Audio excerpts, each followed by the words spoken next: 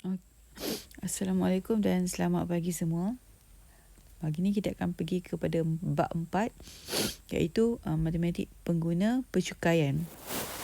So, apa yang awak akan belajar dalam bab ni, dia akan melibatkan pemahaman yang menyeluruh mengenai ekonomi dan jenis cukai untuk menyediakan penyata cukai pendapatan bagi pihak korporat atau peribadi. Maksudnya awak kat sini awak akan belajar jenis cukai dan cara kira lah.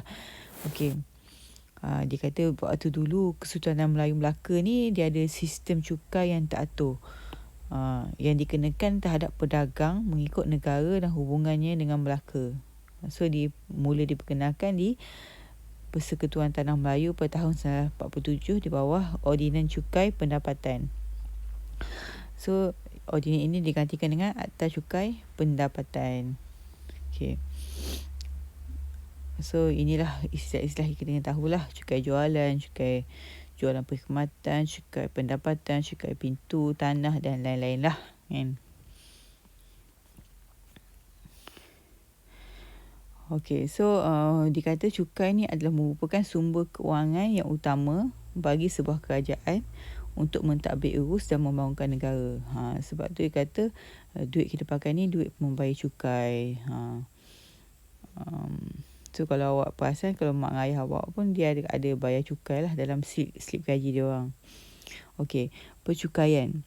Kerajaan memperuntukkan dana untuk menyediakan infrastruktur asas seperti membina hospital dan memerlukan perkhidmatan kesihatan. Dari manakah data tersebut diperoleh? Antaranya adalah cukai lah. Sampai tu negara ni dia duit daripada ekspor, barang ekspor dia, hasil pertanian dan lain-lain lah. So, tujuan percukaian. Percukaian adalah satu proses hasil wang yang dikumpul daripada individu atau syarikat untuk digunakan dalam pembangunan negara dengan menyediakan pelbagai kemudahan. Misalnya pendidikan. Maksudnya digunakan cukai ni untuk membina kemudahan lah. Okay. So, cukai ni diurus oleh kerajaan untuk membangunkan negara dan kemakmurannya dinikmati oleh rakyat. Sebab tu rakyat ni bayar cukai. Dan kat Malaysia ni kita urus yang lembaga yang menguruskannya adalah LHDN. So dia akan kutip cukai daripada rakyat lah. Okey. So tujuan percukaian ni dia buat dalam bentuk peta. Tujuan percukaian ni adalah sumber pendapatan, alat melaksanakan polisi kerajaan, kawalan penjualan barang atau perkhidmatan, alat kewangan untuk menstabilkan ekonomi. So, sumber pendapatan kerajaan ni gunakan untuk mentadbir negara, bayar projek, agih semula, kan? Ketidakseimbangan pendapatan. So, supaya polisi itu dapat kesan yang lebih efektif. So, contoh pelepasan cukai untuk rawatan perubatan ibu bapa untuk mewujudkan masyarakat penyayang. Maksudnya kalau dia dah dia guna duit dia buat rawatan ibu bapa kan, dia boleh tolak lah daripada bayar cukai tu, tolak sikit. So dia bayar cukai tak banyak lah.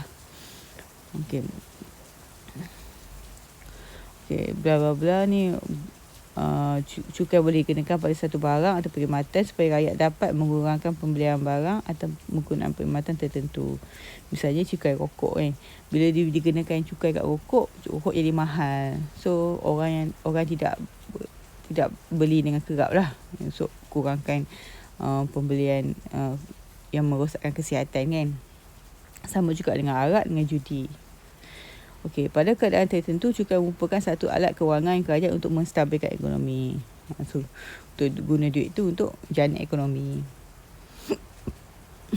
Okey, kemanakah hasil cukai digunakan? Pendidikan, kesihatan, kebajikan, infrastruktur dan kemudahan awam, pertanian dan perindustrian, keselamatan dan pertahanan negara dan pembangunan.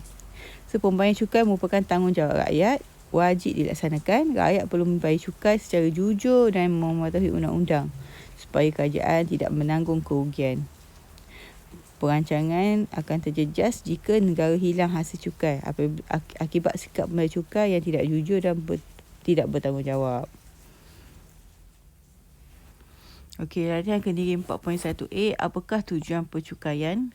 So, sebenarnya awak boleh dapatkan jawapan di petak-petak ni lah. Ni lah tujuan pencukaian: sumber pendapatan kerajaan, alat melaksanakan polisi kerajaan, kawalan penjualan barangan atau perkhidmatan, alat kewangan untuk menstabilkan ekonomi. So ada 4 ciri cukai. 4 ciri, 4 tujuan pencukaian lah. Okey. Lepas dia kata, apakah tujuan pencukaian ini? Tujuan pencukaian, cukai keuntungan harta tanah. Apakah tujuan pencukaian ini? Apa nak boleh habis kat sini? Jawapan dia, tujuan dia untuk, ni, cikgu highlight biru pula. Cukai keuntungan harta tanah dikenakan apabila kerajaan ingin mengurangkan aktiviti pelaburan harta tanah yang keterlaluan. So, boleh ambil jawapan kat situ. Okey. Apakah jenis cukai dan kesan pengelakan cukai tersebut pada aspek perundangan dan keuangan? So, setiap individu yang bergaji dan syarikat yang memperoleh keuntungan dikehendaki mendaftar sebagai pembayar cukai, mentaksir pendapatan tahunan dan membayar cukai pendapatan setiap tahun. So, laporkan semua pendapatan, pengecualian, potongan dan semualah. Kalau sekarang ni kita guna EZ hasil lah, kita boleh buat online je semua ni. So, kita guna sistem taksiran sendiri. Membayar cukai ni perlu taksir sendiri, simpan rekod dan membayar cukai pada amount tertentu. So, taksiran sendiri ni maksudnya taksiran dilakukan untuk tahun sebelumnya. Misalnya, kalau tahun 2019 dilakukan pada tahun 2020. Dilakukan pada tahun selepas itulah. Macam tahun ni 2021 kita buat pencukaian, kita taksir tahun 2020. Sebab kita tahu dah kita belanja apa tahun 2020, kita guna duit untuk apa, kita boleh tolak untuk apa tahun 2020. So kita akan buat pencukaian ni tahun selepas. Sebab kita tahu dah kita guna duit kita kat mana kan. Kita tak buat tahun semasa sebab tak habis lagi tahun tu. Okey, semua dokumen seperti borang dan isi asal perlu disimpan selama 7 tahun. So, kalau kita beli apa-apa ke apa semua, pastikan awak simpan benda tu selama 7 tahun. Sebab apa? Sebab kalau dia rasa awak berlaku bohong lah dalam awak isi cukai tu, dia akan contact awak, dia akan minta resit. Awak kata awak beli komputer. Mana resetnya? Awak kena bagilah. Kalau tak simpan, macam nak bagi, dia akan denda lah kalau tak simpan.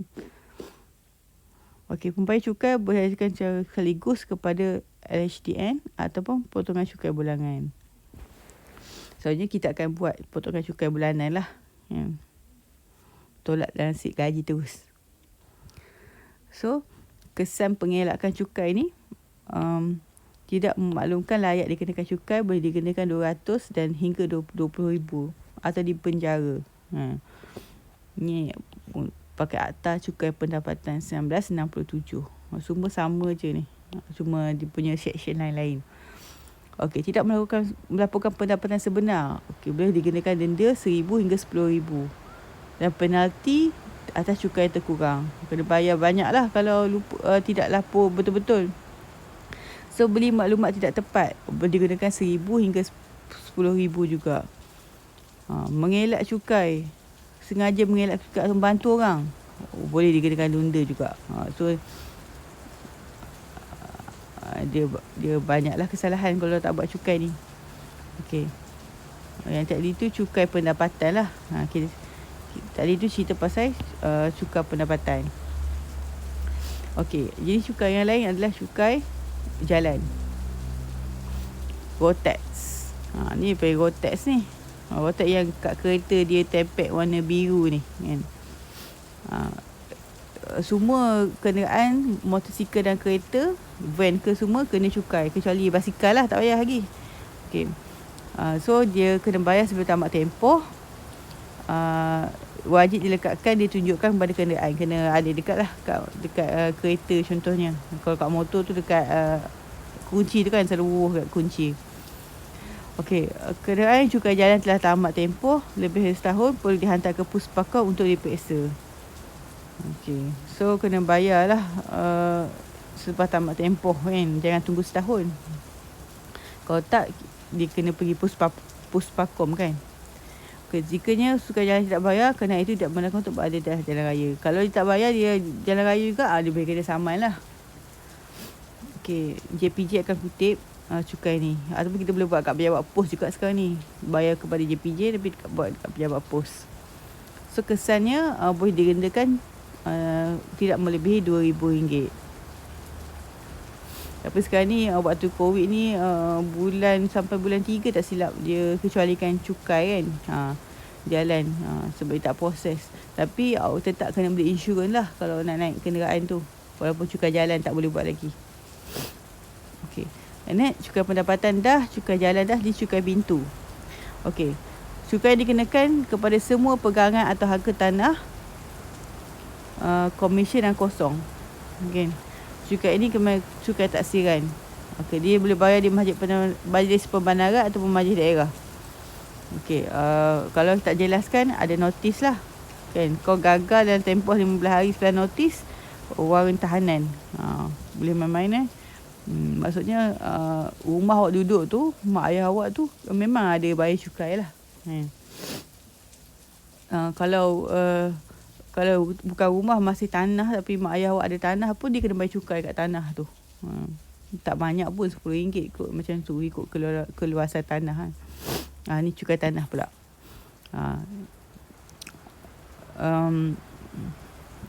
Cukai yang pembeli tanah pertanian, tanah perusahaan dan tanah bangunan. Maksudnya cukai pintu pun, kalau awak ada rumah, cukai pintu pun kena bayar, cukai tanah pun kena bayar. Jadi kalau awak ada tanah, bayar cukai tanah sajalah. Okey, dia adalah kalau gagal tu tanah boleh dirampas atau dilucut hak. Bahaya awak beli tanah mahal tapi tak payah cukai, tanah jadi milik kerajaan. Cukai jualan dan perkhidmatan. Yang ni lah yang bising-bising dulu, GST lah, lepas tu SST lah. Okay, kita baca apa Okey, dikuasakan pada 2018. Ada cukai jualan, ada cukai perkhidmatan. Okey, cukai jualan ni dikenakan sekali sahaja terhadap pelbagai barangan bercukai pada peringkat pengeluaran atau perimportan. Sebelum diimport, dikeluarkan tu dikenakan cukai lah.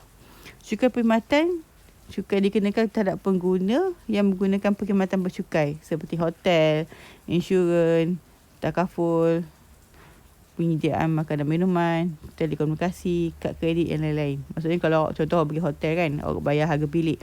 Kat bawah tu dia tulis siap-siap berapa tax kena. Awak beli insurans, saya bayar premium insurans awak tu, bawah tu tulis berapa tax kan. Okay, kata pengeluar atau pengimport, kalau nilai jualan barang dia melebihi RM500,000, dia pun didaftarkan bawah atau cukai jualan. Okey. Pengutukan cukai adalah tanggungjawab pembekal perkhidmatan bagi kerajaan. Okey, cukai perkhidmatan perlu dikutip daripada pelanggan, iaitu penerima perkhidmatan. Dan cukai perkhidmatan yang dikutip ni perlu dibayar kepada kerajaan dalam tempoh masa tertentu. Kadang ada juga berlaku pembekal tu kutip cukai daripada perkhidmatan dia lah, tapi tak serah pada kerajaan kan. Okey, awak boleh imbas lah ni kalau nak tengok barang bercukai apa, perkhidmatan bercukai apa kan. Pihak yang kutip tu adalah custom. So, nilai ambang ialah nilai pusingan tahunan bagi seseorang yang menentukan tanggungan untuk didaftarkan bawah atas cukai jualan. Nilai pusingan tahunan. Nanti kita tengoklah apa dia tu. Okey, kesan pengelakkan cukai sengaja dan membantu orang ni, keskalan pertama dia denda 10 kali ganda ataupun 20 kali ganda cukai jualan atau dibencara tidak lebih 5 tahun. Kalau ni kesan pertama dah kena denda Dan kesan kedua boleh didenda 20 kali ganda hingga 40 kali ganda. So kalau amount cukai yang tidak dielakkan atau tak dapat ditentukan, yang dielakkan macam dia elak tak nak bayar cukai kan, dia buatlah tipu-tipu dalam akaun dia tu kan, boleh dikenakan RM50,000 hingga RM500,000 ataupun penjara atau kedua-duanya. Okey, pihak yang membantu dalam penyediaan cukai yang kurang benar ni didenda RM2,000 hingga RM20,000. Okey. Okey, kalau kita tengok soalan ni, jelaskan maksud cukai pintu. Cukai pintu tu kita boleh tengok nota kat atas lah. Apa cukai pintu? Cukai pintu, cukai yang dikenakan kepada semua pegangan atau harta tanah, bangunan komersial dan tanah kosong untuk membayari kos penyelenggaraan bandar seperti mengangkut sampah, membersihkan longkang dan sebagainya. Macam awak tengok orang bandar kan cuci longkang kat depan rumah awak tu kan. Tu sebenarnya sebab awak bayar cukai pintu lah kan. Okey, Encik Tan bebas sebuah kereta, cukai jalan tambah tempoh, dia terlupa untuk memberi cukai jalan. Tengok kat kesan jika Encik Tan masih memandu kereta itu. Kalau cukai jalan macam mana? Kalau dia pandu juga. Tengok tadi. Dia boleh denda tidak melebihi 20, tidak melebihi 2,000. Dia kena denda lah. So nak jawab soalan nanti boleh refer kepada contoh kat atas lah. Ini boleh timpa kat atas, nota kat atas ni pun ada nota kat atas. Ni pun ada nota kat atas. Boleh refer Okey. Muka surat 104. Bagaimana mengira cukai pendapatan? Okey, cukai pendapatan yang perlu dibayar oleh seorang individu dapat dikira melalui proses pengiraan seperti carta alih yang berikut. Mula kita kira pendapatan bercukai kita berapa. Selalunya benda ni adalah nasi gaji kita lah. Lepas tu kita hitung cukai pendapatan.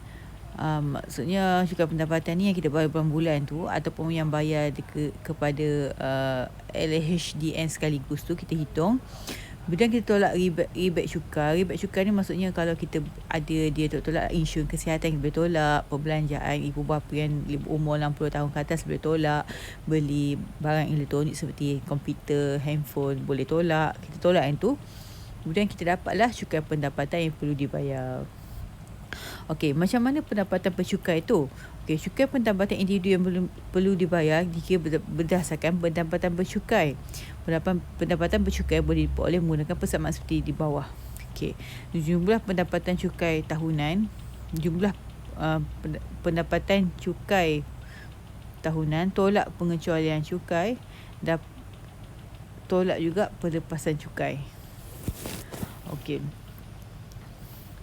Okey, jumlah pendapatan tahunan ni maksudnya segala bentuk upah, gaji, bonus, dividen, faedah, sewa, royalti, premium dan sebagainya. Tapi tidak semua pendapatan yang diterima daripada majikan perlu digunakan cukai. Contohnya allowance petrol, subsidi, semua ni bantuan sara hidup dan lain-lain. Okey. Pengecualian cukai merujuk kepada semua perbelanjaan peribadi berbentuk hadiah, derma, sumbangan kepada kerajaan atau pelbagai organisasi, contohnya perpustakaan negeri dan badan rawatan kesihatan. Perbelanjaan tersebut boleh dikecualikan cukai tetapi tertakluk kepada had tertentu. Pengecualian cukai ini bertujuan untuk meningkatkan perkembangan kebudayaan, kesenian dan memupuk masyarakat yang penyayang. Maksudnya kalau kita ada bagi derma kat perpustakaan ke, macam dia ada kecualikanlah cukai kat situ. Pelepasan cukai merujuk kepada perkara atau perbelanjaan bagi kepentingan persendirian atau ahli-ahli keluarga yang tidak dikenakan cukai pendapatan. Antaranya KWSP, rawatan perbuatan dan yuran pengajian.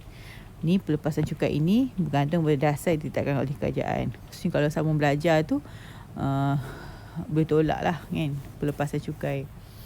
Okey, setelah pendapatan bercukai diperoleh, cukai pendapatan boleh ditentukan dengan merujuk jadual kadar cukai. Okey, so ada jadual pink ni kadar cukai lah. Kalau pendapatan dia yang bercukai 5,000, kadar dia 0% lah kan, kosong. Kalau 5,000 ke atas baru ada kadar dia 1%. Dan 15,000 berikutnya dapat 150. Okey, dan selanjutnya lah nanti adalah pengiraan ni. Okey, rebate cukai diberikan untuk mengurangkan cukai yang perlu dibayar. Terdapat dua jenis rebate iaitu kalau 400 diberi kepada pembayar cukai ketika pendapatannya cukai tidak melebihi 35,000.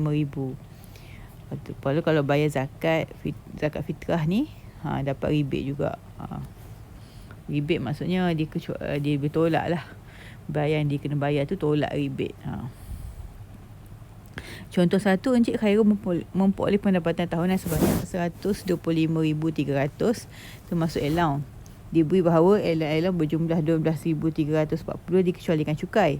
Pada masa yang sama, dia memberi derma kepada perpustakaan bernilai 2,000. Jumlah pelepasannya pula adalah 22,500. Itu kan pendapatan bercukai. So kita kena, penyelesaiannya kita kena hitung pendapatan tahunan dulu. Kita ambil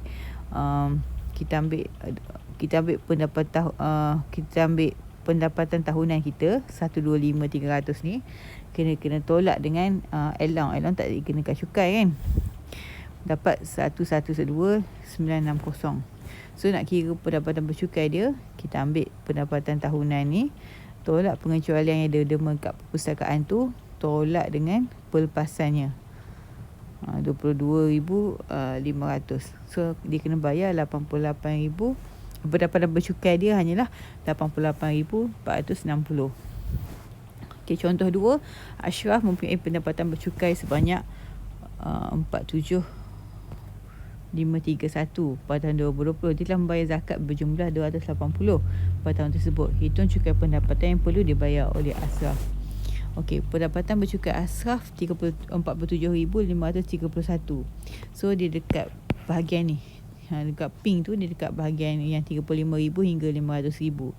So 35,000 yang pertama dia kena bayar 600. Sorry dia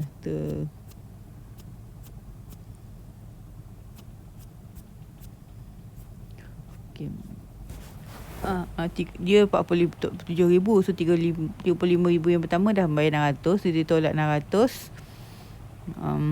Lepas tu baki yang berikutnya 47,000 tolak 35,000 tadi, kita darab dengan 8% yang berikutnya kan. So dapat 1,002.8. So dia bayar zakat 280 kan. So cukai pendapatan dia 600 campur dengan RM1,002.48 tolak dengan zakat. So cukai pendapatan dia 1,322.48. Contoh 3, Encik Chan mempunyai jumlah pendapatan tahunan sebanyak 52,770 pada tahun 2020. Telah mendermakan 300 kepada sebuah badan kebajikan yang diluluskan oleh kerajaan. Okey, berikut adalah pelepasan cukai yang dituntut. Individu 9,000, insurans hayat 5,800, perubatan 1,700, urusan penyediaan sendiri 4,000. So hitung cukai pendapatan yang perlu dibayar oleh Encik Chan bagi tahun tersebut dengan mengambil kira ribat cukai sekiranya layak. So dengan pendapatan bercukai dia ambil pendapatan tahunan dia, ditolak dengan derma 300. Orang ditolak lagi dengan pelepasan cukai dia. Ditambahlah dalam petak-petak dia semua ditambah dulu, lepas tu ditolak. So dapatlah 31,970. So pendapatan cukai dia sebenarnya 31,970 lah. Okey, dan 300,970 ni dia berada di kolom ni. Dia bahagian ni. Kalau jadual pink tu dia bagi bahagian ni. So dia kena ambil 20,000 yang pertama 150 macam tadi. Kemudian dia kena ambil 31,970 ni, dia kena tolak dengan 15,000. Dia kena tolak dengan 20,000 yang pertama ni. So baru darab 3%. So dapat 359.1. So rebate yang layak kerana pendapatan cukai kurang pada 35,000, dia layak rebate 400 kan. Atasnya ada terang. Okay, so apa yang dia perlu ambil, dia perlu bayar adalah 150 tambah dengan cukai tadi, baki 3% tadi, tolak dengan rebate sebab dia kurang pada 35,000. So inilah pendapatan bercukai dia. Rebate tu ada terang kat sini tadi. Rebate sekejap rebate dia terang dekat sini. Tidak boleh kalau tidak boleh 35,000 dapat diskaun lagi, ada rebate lagi 400 Okey. So, apakah potongan cukai bulanan PCB dan pengiraan yang terlibat? Okey, potongan cukai bulanan PCB adalah potongan pendapatan untuk bayar cukai pendapatan tahun semasa. Okey, jadual dia dekat sini. Okey, pembayar cukai perlu buat bandingan antara jumlah PCB yang perlu dibayar dengan cukai yang perlu dibayar dengan tunjukkan di bawah. Okey. Okey, kita tengok contoh teruslah. Gaji tahunan Encik Lim adalah RM74,000 pada tahun 2020. Dia menuntut pelepasan individu sebanyak RM9,000. Insurans hayat dan kereta SP sebanyak RM7,000. Pembatan sebanyak RM1,325. Rawatan ibu RM1,250. Diderma RM1,000 kepada pusat kebajikan dan RM180 untuk cukai bulanan. Cukai pendapatan dia, okey, kita ambil jumlah pendapatan dia. Kita dapat rebate sebab dia lebih RM74,000. Tolak dengan RM1,000 yang diderma kat pusat kebajikan. Dia tolak dengan pelepasan dia ni. Ni yang RM9,000 ni pelepasan dia adalah gaya hidup dia semua dapat tolak. RM7,000 ni KWSP. 1,325 ni perubatan. 1,250 ni rawatan mak dia kan. So last sekali pendapatan bercukai dia RM54,425. Dan dia duduk kat kolom ni. Okey, so RM50,000 yang pertama dia kena bayar RM1,800. Okey dah. Lepas tu dia kena ambil RM54,425 ni kena tolak dengan RM50,000, dapat dan kena darab dengan kadar dia 14%. So dapat RM61950. Okey, dia tak layak rebate sebab pendapatan bercukai dia lebih daripada RM35,000. Apa yang dia kena bayar? RM1,800, RM619. So 2,419, 50%. Adakah Encik Lim perlu buat bagi cukai pendapatan? Okey, dia potong setiap bulan berapa? 180 kan. So 1 tahun dia kena potong 2,160.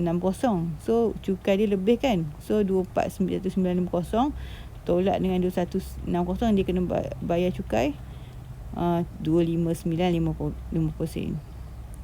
Seperlulah kerana potongan PCB dia ni tak mencukupi untuk cukai pendapatan dia ni. Kalau potongan PCB ni dia mencukupi, contoh dia darab 12 kan, lebih pada 2,419 ni, dia tak payah bayar lah. Okey, kita sambung muka surat seterusnya. Contoh 5 ni muka surat 109. Ni banyak kena baca juga So banyak formula, banyak kena baca. So awak boleh baca je dan fahamkan Okey, saya kan suka bersama ni. Kalau dia dah kahwin lah. So dia tak serang cukai tu, dia kira bila pendapatan suami ni dia tambah dengan pendapatan isteri ni. Okey. Ataupun nak buat berasingan. Dia dah kahwin tapi suami nak buat sendiri, isteri nak buat sendiri. Tak boleh juga. Okey. Kalau dikata kalau dia suami isteri dia ada pendapatan berasingan, tak serang cukai dia, cara cukai boleh menyebabkan pelepasan menjadi berkurang. Kalau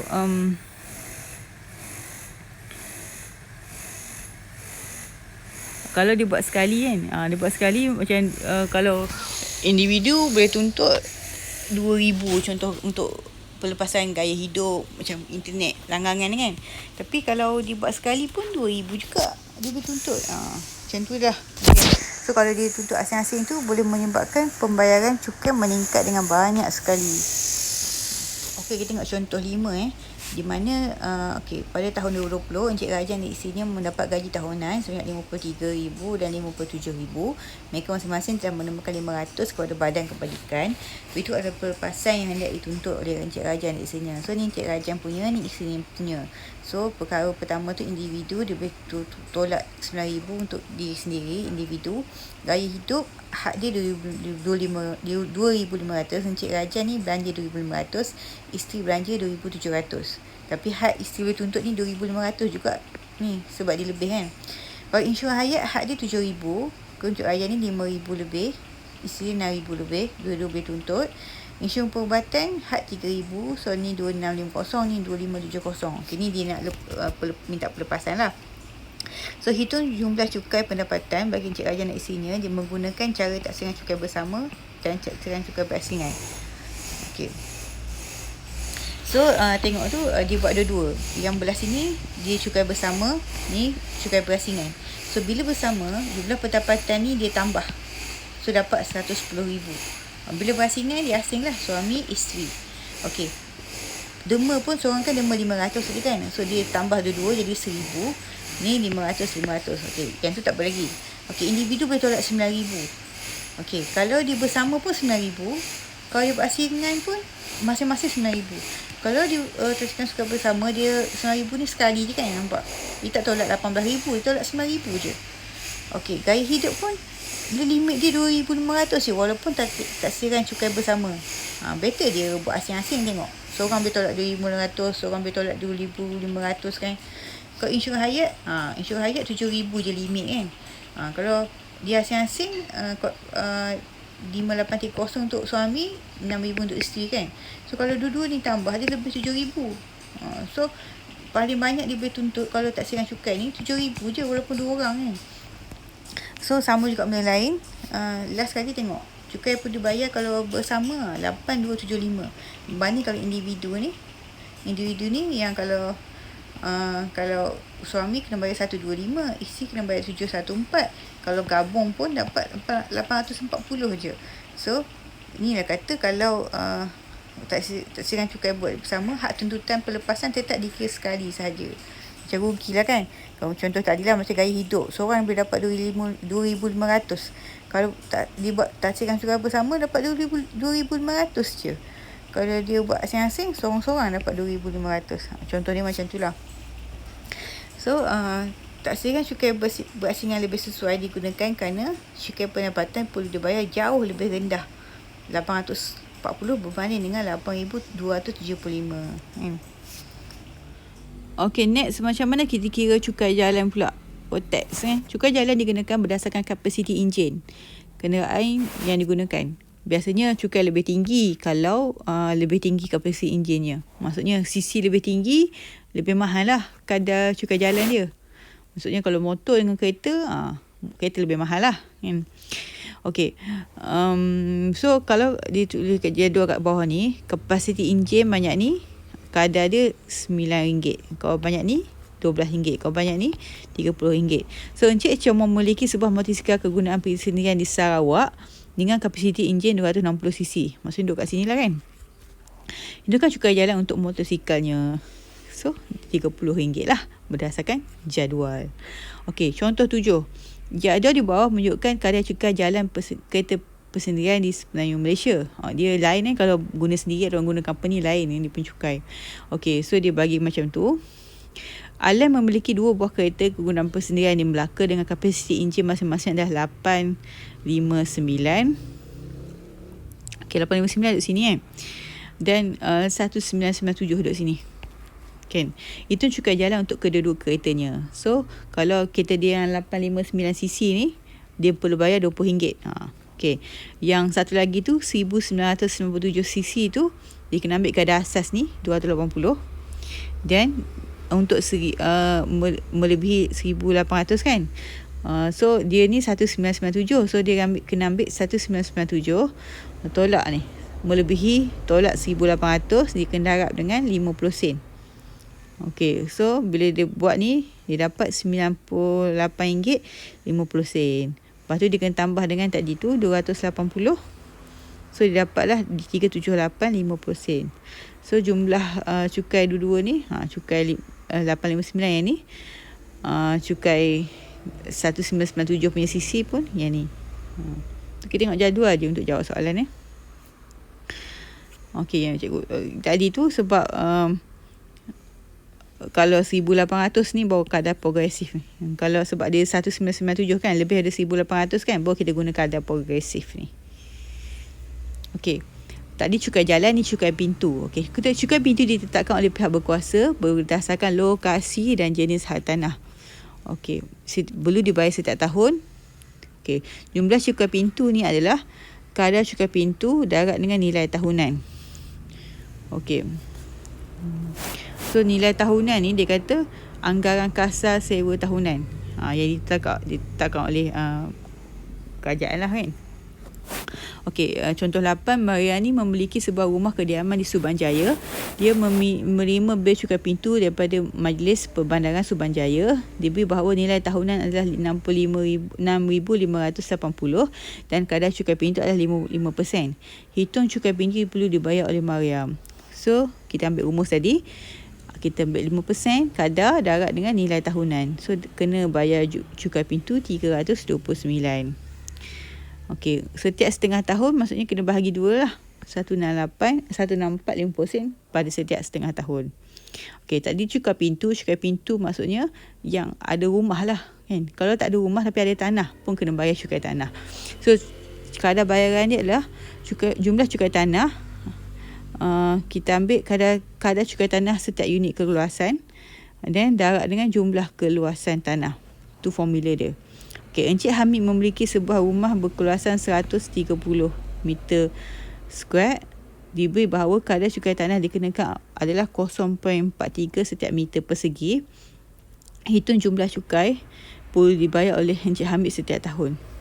So, jumlah cukai ni, kadar dia 0.43, darat dengan jumlah keluasan tanah dia 130. So, kena bayar RM55.90 setiap tahun lah. Ni kita ikut je formula yang petak kuning tu. Kena hafal sikit kan. Okey.